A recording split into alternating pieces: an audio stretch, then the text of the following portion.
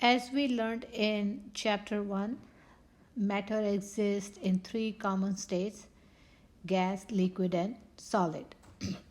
Now, whether a substance exists as gas, liquid, or solid, it depends on the kinetic energy of the particles and the strength of the intermolecular attractions between the particles. If it's a gas, then the kinetic energy of motion is high and the particles are far apart from each other. So, as a result, the attractive forces between the particles are negligible and gas particles move freely. So, the point is, kinetic energy dominates the attractive forces. When we talk about liquid, here in the liquid, attractive forces and the kinetic energy of the molecule, here attractive forces are kind of dominating, so particles move much closer. And in the solids, of course, the attractive forces are even stronger than the liquids, and so the molecules are very close to each other and there is a very little freedom of motion. Now, gases exert pressure. And what is pressure? It is the force applied per unit area. You can measure pressure in different units. The most common ones are that you need to know for the class are the atmosphere, millimeter of mercury, torr, and psi.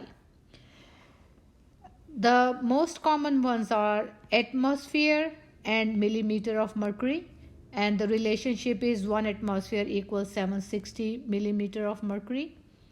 And millimeter of mercury and torr are same. 1 millimeter of mercury is 1 torr.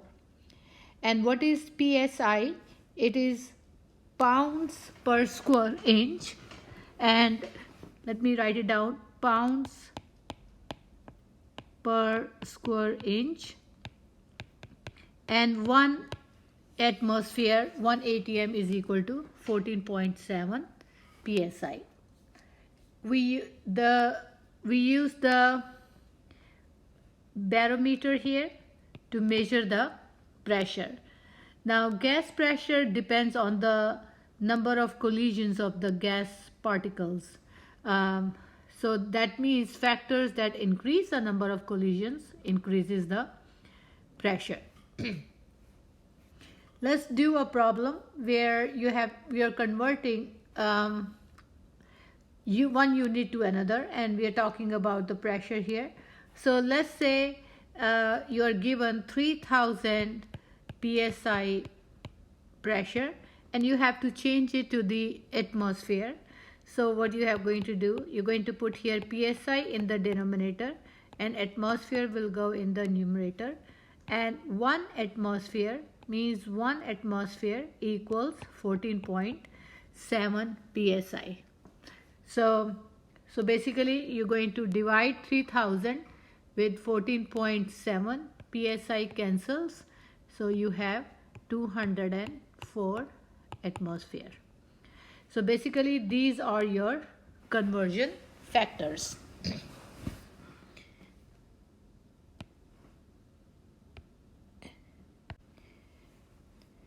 When molecules or atoms are in the gas phase, they tend to behave in a manner which is consistent with the kinetic molecular theory. So if the gas is following these kinetic molecular theory assumptions, that we call that gas an ideal gas, and if a gas is an ideal gas, then it follows this mathematical relationship which is PV equals nRT.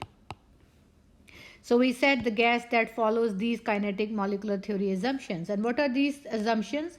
The first one is that the gas particles move randomly and rapidly, and the size of the gas particles is negligible compared to the space between the particles, and because the space between the particles is very large, so the gas particles exert no attractive forces on each other.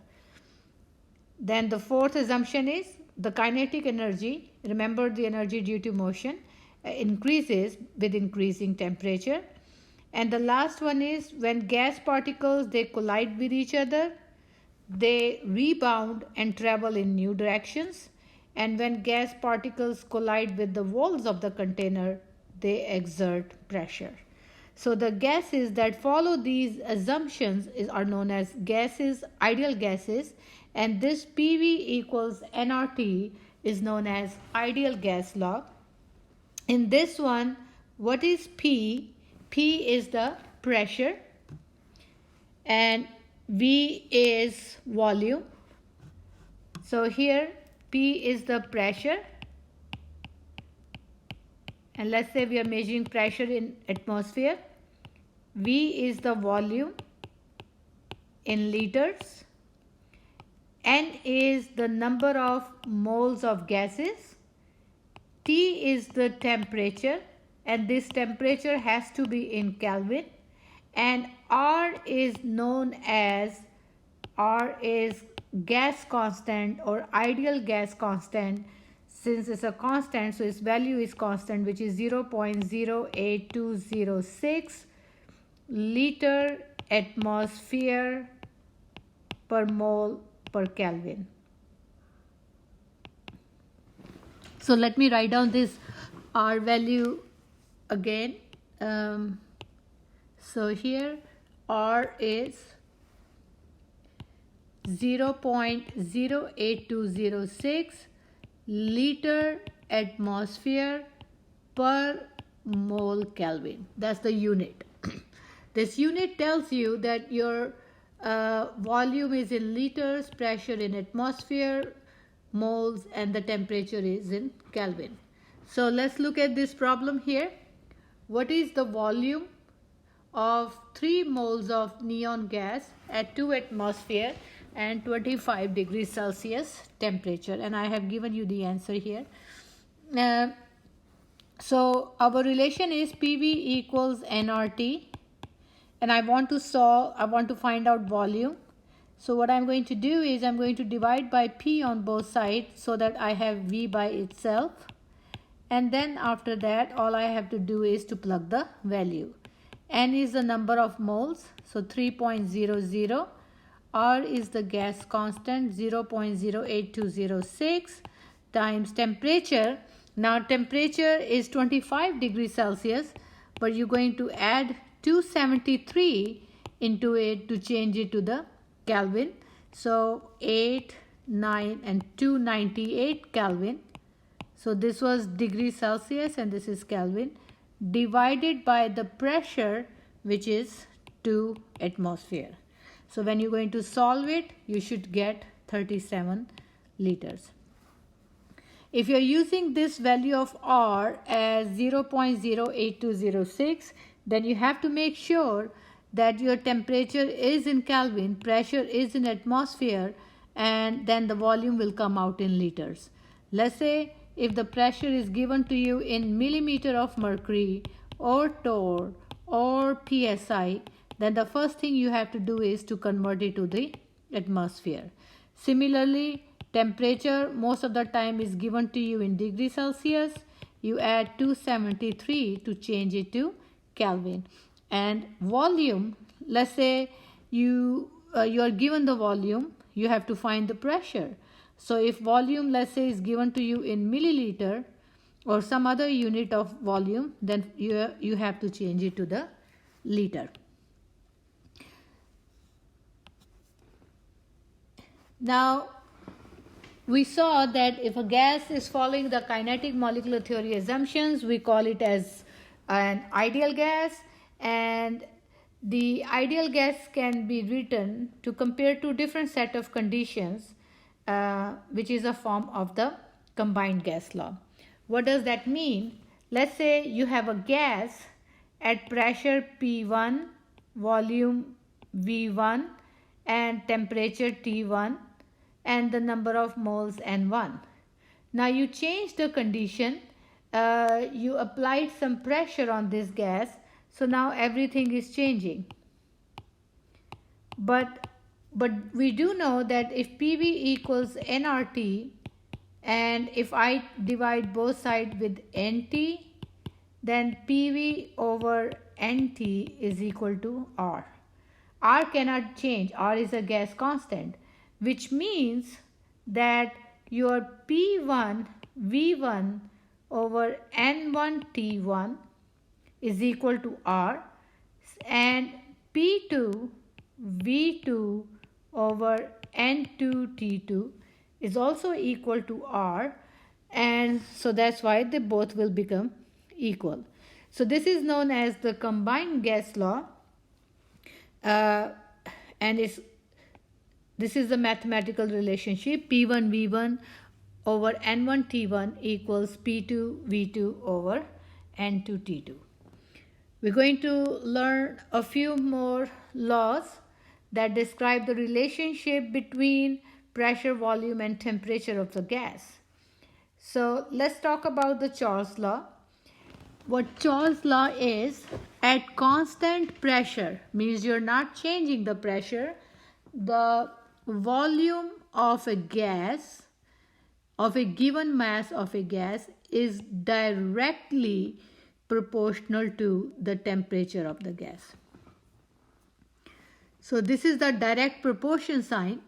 When you remove the direct proportion sign, let's say you write down some constant which is kT, and if I divide by T on both sides, then I will get V over T equals K, which means that the ratio of volume and temperature will always be a constant.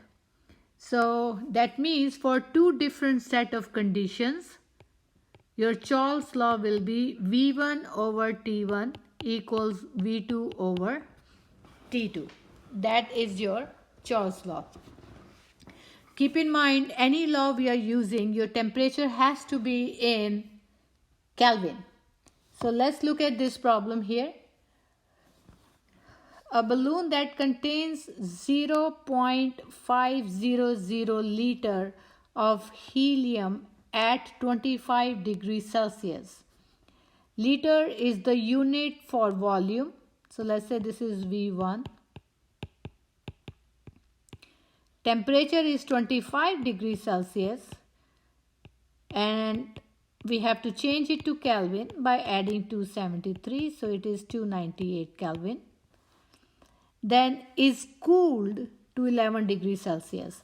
That means the temperature is changed from 25 degrees Celsius to 11 degrees Celsius. So we can say, let's say T2 is 11 degrees Celsius, but then we have to add 273 to change it to the Kelvin. So it is going to be 284 Kelvin. Now at a constant pressure, this constant pressure tells us that we are going to use Charles law, because Charles law gives you the relationship between volume and temperature at constant pressure. So what volume does the balloon now occupy? So I have to calculate V2. So my Charles law is V1 over T1 equals V2 over T2. So let me write down this again. So here V1 over T1 equals V2 over T2. What is the V1 value? Here 0.500 divided by T1, which is 298, equals V2 divided by T2. I have to solve for V2. That means from the right side, I have to get rid of 284. So I will multiply by 284 on both sides. So cross that out. So V2 will be equal to, so let me use my calculator. So it should be 0.500 times 284 divided by 290. 0.8. So in the calculator it shows 0.4765. So if I want to round it, I can round it to 0.477 liters. So like Charles' law talks about the relationship between volume and temperature of the gas, Boyle's law talks about the relationship between pressure and volume of the gas, keeping the temperature constant. So it says at constant temperature, the volume of a given mass of a gas is inversely proportional. This is the proportional sign. Inversely means reciprocal, 1 over P. What does that mean? That means if pressure increases, volume decreases. That's called inverse relation. So I can remove the proportionality sign and put some constant K over P. So if I get rid of P from here and put it on the other side, I will get PV equals K, which means the product of pressure and volume stays constant. So if I have two different conditions or two set of conditions, then my Boyle's law will be P1 V1 equals P2 V2. So let's say you're given two pressure conditions and one volume condition and say find the final volume. You can use this relationship provided the temperature is constant. The next law is Gay-Lussac's law, and this law talks about the relationship between the pressure and the temperature of the gas, keeping the volume constant. So pressure directly means like this, means if temperature increases, the pressure also increases, and then I can remove the proportionality sign, put KT, divide by T, P over T equals K. So that means the law will be P1 over T1 equals P2 over T2. And temperature, it has to be in Kelvin. The next is the Avogadro's law. And Avogadro's law is that at constant temperature and pressure, the volume of a gas is directly proportional to the number of moles of the gas. Means if you have more moles, means there will be more volume. Now, another thing that we learn in Avogadro's law is about STP conditions. STP stands for standard temperature pressure. Standard temperature is 1 atmosphere and standard pressure is for the gas is 0 degrees Celsius. 0 degrees Celsius in Kelvin is 273. 1 atmosphere in millimeter of mercury is 760. So you can take any of these conditions, 1 atmosphere, 0 degrees Celsius, or 1 atmosphere, 273 Kelvin. And what it says is that STP, 1 mole of any gas has the volume of 22.4 liters, which we also call it as the standard molar volume. Volume of 1 mole of the gas, but it has to be measured on STP conditions. So any gas, this is very important, any gas. So let's say if the question is what is the volume of 3 moles of neon gas at STP, STP is very important. So we can say, okay, we want to find out the volume of 3 moles of the neon gas. So 3 moles, and here will go moles, and here will be your volume in liters. And we know 1 mole of any gas. So we don't even, for this question, we don't even need to know neon, is equal to 22.4 liters.